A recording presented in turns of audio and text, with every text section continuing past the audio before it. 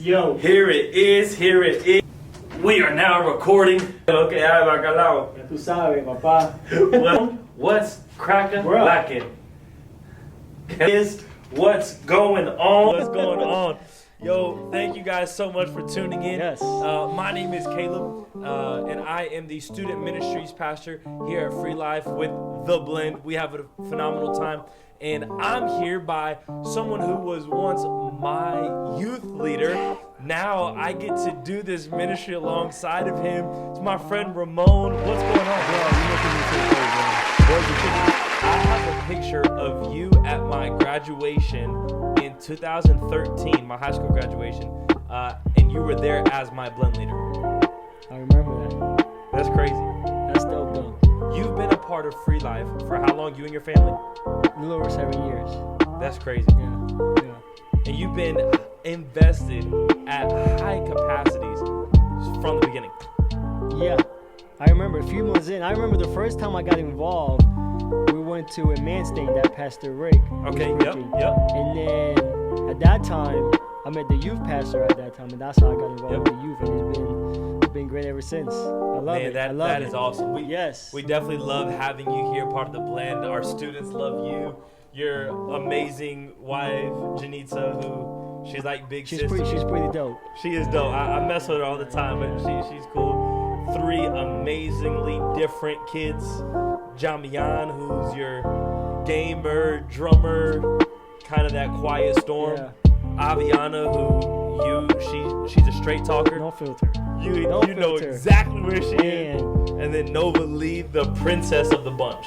She's strong will. She's gonna be your superstar. Yeah. Like if anybody's gonna be like the person to like go on Broadway, go to do America's Got Talent, it will be her. Yeah. It is gonna. Some cool kids for sure. You got an awesome family. Yes. You got an awesome family. We're so excited that you're here. Well, we want to bring a Devo to you tonight, a blend Devo for this Wednesday night. We wanted to do it to where we can kind of conversate a little bit more. I love that we can have several different styles of this, and I think one thing that I have so valued in my life is having some people, having some friends that I can have conversations about Jesus to without it being weird. Yeah. Without it being awkward. Yeah. That's Like good. we were just sitting here, we was talking about shoes. All right, one time, throw it the shoe game.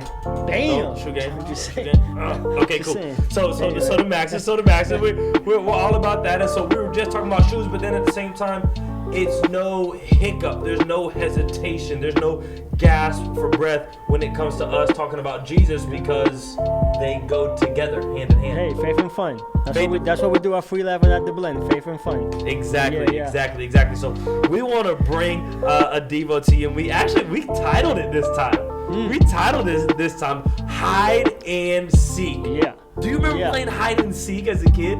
Yeah. Man, I used to love that game and hate that game. I hated it when I had to be the one to go find everybody. What, Ramon? I have FOMO, fear of missing out. So I hated thinking that my friends were all together laughing at me because I could not find them. And I'm not gonna lie, bro, I was scared of the dark. So if you were in a dark spot, I wasn't going We're there. gonna find them. No. Well, I used to hide in the hampers, bro. I know, I'm kind of gross thinking about it now, but You used to hide in the hamper. yeah. I mean, I was small. I would go in there, most likely because it was gross. Nobody's gonna look in it, so it was like a great hiding spot. Look at it. Anyway, nah. but Better you than me. yeah. Better you than me. But hide and seek. Hide and seek. What does this have to do with? You know, here at Free Life Chapel, you know, the church that the blend is a part of, we're in a series right now called Mind Games, talking about the battle that is in our minds. And as Pastor Scott, our lead pastor, has stated, if we can win the battle of our minds, then we can win our life. We can win that fight. And man, Ramon, I think sometimes culture or the world will try to say if you're young in age, then the problems that you're dealing with, the things that you're struggling with in your mind are then also insignificant and young. And man, that is not the case. It's not. Like, so you have a 6th grade son. I do. And he's awesome, and there's things that he's growing in and developing in. But then there's also some things that, you know, it's as big as life gets to him, right? It is. And that's the thing. I always say you have to experience the stuff at your capacity. If you're young and you feel alone, that's valid. Yes. You know, you can't let other people diminish what you feel because it's real. You know? So that is so real. It is. I always say, you know, at that capacity, that's what you feel that matters. And you got to validate it. Yeah, because you can't just ignore the stuff that you feel. Man, that's so good. Yeah. That's like you just broke up with that, or you got broken up with. Yeah. If you were like me, I got broken up with. You get broken up with, and man, that was like the worst feeling that I had ever felt. Nothing had ever been worse than that. Like, I didn't even know how to cope with it. And while that, obviously, my life continued, and thankfully married. You survived. Yeah, I survived. I did very well for myself, thank God. That was as big as it had ever gotten for me at that given point in time. Yeah. And so for someone to say, man, the things that I'm battling in my mind aren't significant, what it did was it immediately made me want to tune out that person. Mm-hmm. Like, if you're not wanting to validate the feelings that I have, I'm not saying that they're tough for you, but they're tough for me. And you can't tell me what is tough on me. You can't let other people diminish that. No, like that's me. So we know that as students, there's some things that you guys are going through, and one thing that we say here at the Blend is we can never say that we know what you're going through, because we all deal with things a little bit differently. That's right. However, we have all gone through some challenges. We have all gone through some battles in our mind. Now, they affect us differently, and we handle them a little bit differently, but we think, Ramon and I, as we were talking, that there's something that we can do, that we can add into this battle in our mind in order to help us win that fight. And, you know, I'm reminded of that worship song, This Is How I Fight My Battles. Yeah. We're going to go into that tonight. We are. So, have you ever felt like you were alone? I mean, like, solitary, alone, confined, no one around, or maybe you're surrounded by people with no relationship. Yeah. You're hearing all these voices without having any bit of clarity with what is ever being said. Have you ever been there, Ramon? I have. I remember, I have plenty of times that I felt like that. But for me, you know, my mom was a single mom. Okay. So for me growing up, I felt alone at times because I didn't have an older brother, I didn't have a dad. So I often felt alone when it came to stuff, you know, how to like be a boy or even how to like grow to be a man. So that was probably like the hardest part for me. And in reality, as I got older, I realized, even though in my mind I thought I had nobody to teach me how to be a man, or even later on how to be a dad and a husband, God was showing me the way without me even realizing it. Man, so when I finally like woke up, I said, man, God is my heavenly Father. Yeah. And not trying to get like weird, but He really was. He was guiding me and showing me all this stuff, even though I didn't have that strong male figure in my life. So I struggle in those times feeling by myself, but in reality, I never was. He was there guiding me all the way.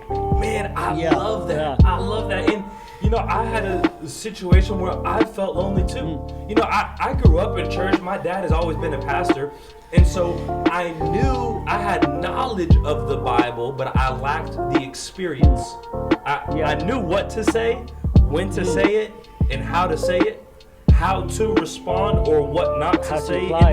Exactly. That's good, Caleb. But I was not living it out, or if I was doing it, I was doing it for the action and not from the heart. I was doing it to get a reward and not just to connect relationally. And I remember when I went to college, my first 2 years of college in Tennessee, man, I was in a fraternity. I was playing rugby. I'm a very type A personality. Everybody's doing the anagram stuff. I'm a type 3. And so like I'm out there. Yeah. And so I was never just a little bit. Yeah. I was never lacking communication, but I was lacking people and relationships. That's good. And I was doing anything and everything that I could to fill the void of being alone. Again, I knew the Bible, but I didn't apply the Bible.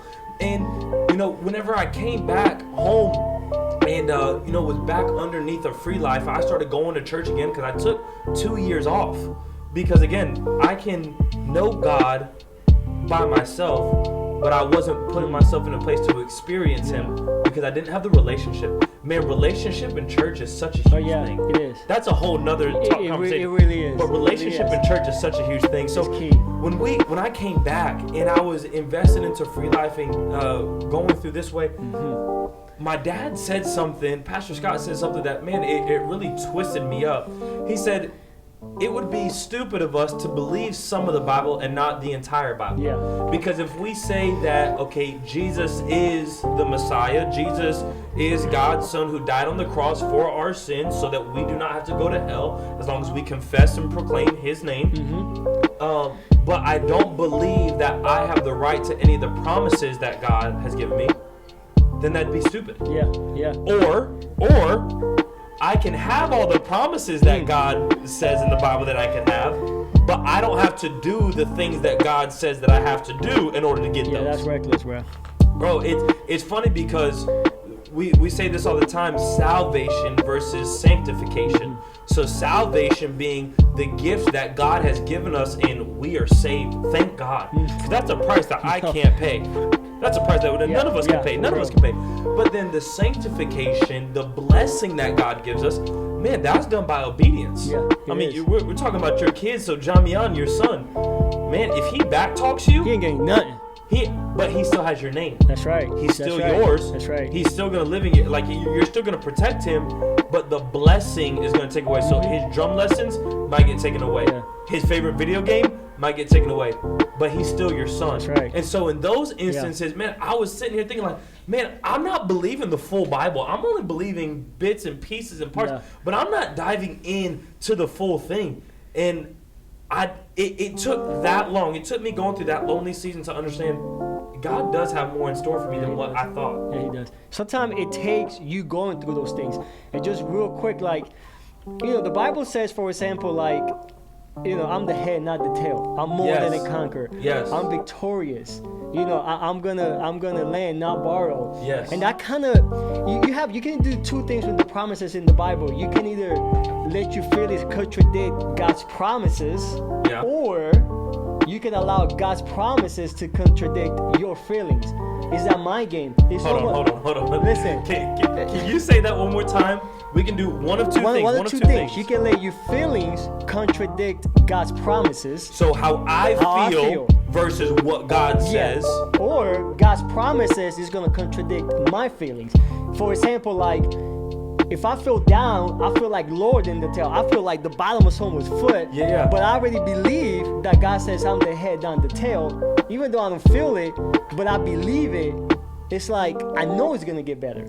I know eventually I'm going to feel like the head. Or if I say, well, I'm going to let my feelings win, even though God says I'm the head, I don't feel like it, well, I'm just going to stay down here. So you almost got to rise up and say, no, I'm going to let God's promises violate and contradict my feelings. Man, that is so good. That is so good. And there's actually a verse that makes me think about this whenever it comes to feeling alone. Whenever it comes to my feelings, how I feel is contradicting. I love that. It's contradicting with what God has said. And that comes from Isaiah 41:10. And it says, "Fear not, for I am with you. Be not dismayed, for I am your God. I will strengthen you. I will help you. I will uphold you with my righteous right hand." So good. This is why that's so good. We didn't come up with that. Yeah. And you know what he says? God says, I'm going to do everything. Who? God. I'm going to uphold you. So it's not the parent. It's not your teacher. It's not your best friend. Not even myself. Not myself. Not my actions. Yeah. It's God is going to be the thing that is going to hold me up, because I have left myself alone at times. Yeah. Oh yeah. It's bad when you feel alone when you don't have other people, but then when you don't even believe in yourself. Have you ever felt that way?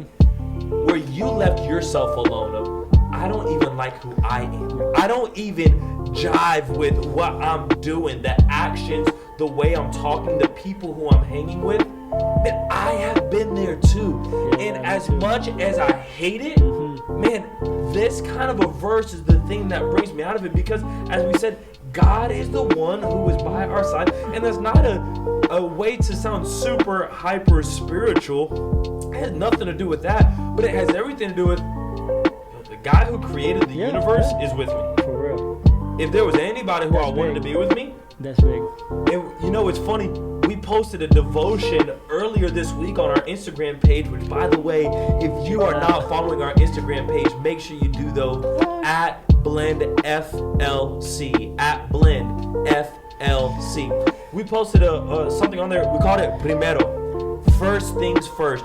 And when we keep our focus on God, then it makes the problems that we're dealing with, the situations that are in our mind, a lot smaller when we think about something that's a lot bigger. It is. If I focus on an ant long enough, that ant is going to grow inside. I'm going to see it more. I'm going to look. But if I focus on the grass that is right next to it, the grass will so overpower that ant. And it's not to say that the grass is huge. It's just, it's that much bigger. So imagine God, the creator of the universe, the man who had a particular and specific design for you and for me and Ramon for you. We can focus on him. How much bigger is he than our problems? Yeah, and the key word is focus. You know, and we're being realistic here. We're not saying that, you know, stuff is also going to change. Sometimes it does take a bit of a process. Yeah. But the more you change your mind, the more steps you take into the other side. Exactly. So, it's all about movement. Yes, it's about going forward. That doesn't mean to run. It doesn't mean we're going to sprint. Yeah. It means sometimes it's going to be a giant step. Sometimes we're going to leap. Sometimes it's going to be a long jump. Sometimes I'm going to be on my knees. I'm just going to be crawling. Yeah. Whatever it takes, moving forward. Because there's something that we say here at Free Life when we're wrapping up with this. I got this. You got this. Hey. We got this. Let's do this. Okay, we want you to say it with us. Ready? 1, 2, 3. I got this. You got this. We got this. Let's do this. We love you so much. Thank you for listening to this Blend Devo. If this encouraged you, if this helped uplift you, leave a comment. We would love to hear from you. Share this video. In a day and an age where social media isn't having the fun interaction as it once did, man, I would love for us to be able to continue to share positivity. And that doesn't just mean from here. Yeah. But I think I'm being more conscious on the things that I share. Trying to post things that are fun and funny and that are encouraging, not to belittle the situations that we're in, but man, I can get in my own head. I need to post something else for me, if not for anybody else. It is. And it's good to stay connected. Like you said, the more we share, all this fear is loud. We want to diminish the loudness of the fear by sharing positively. So this is great. The more we share it, people see it, we stay connected. That's right. It's like we were never apart. Exactly. Again, thank you guys so much for tuning in one more time. My name is Caleb. Ramon here. We're here with The Blend. Can't wait to see you next week. Peace. Cool. All right. That went super quick.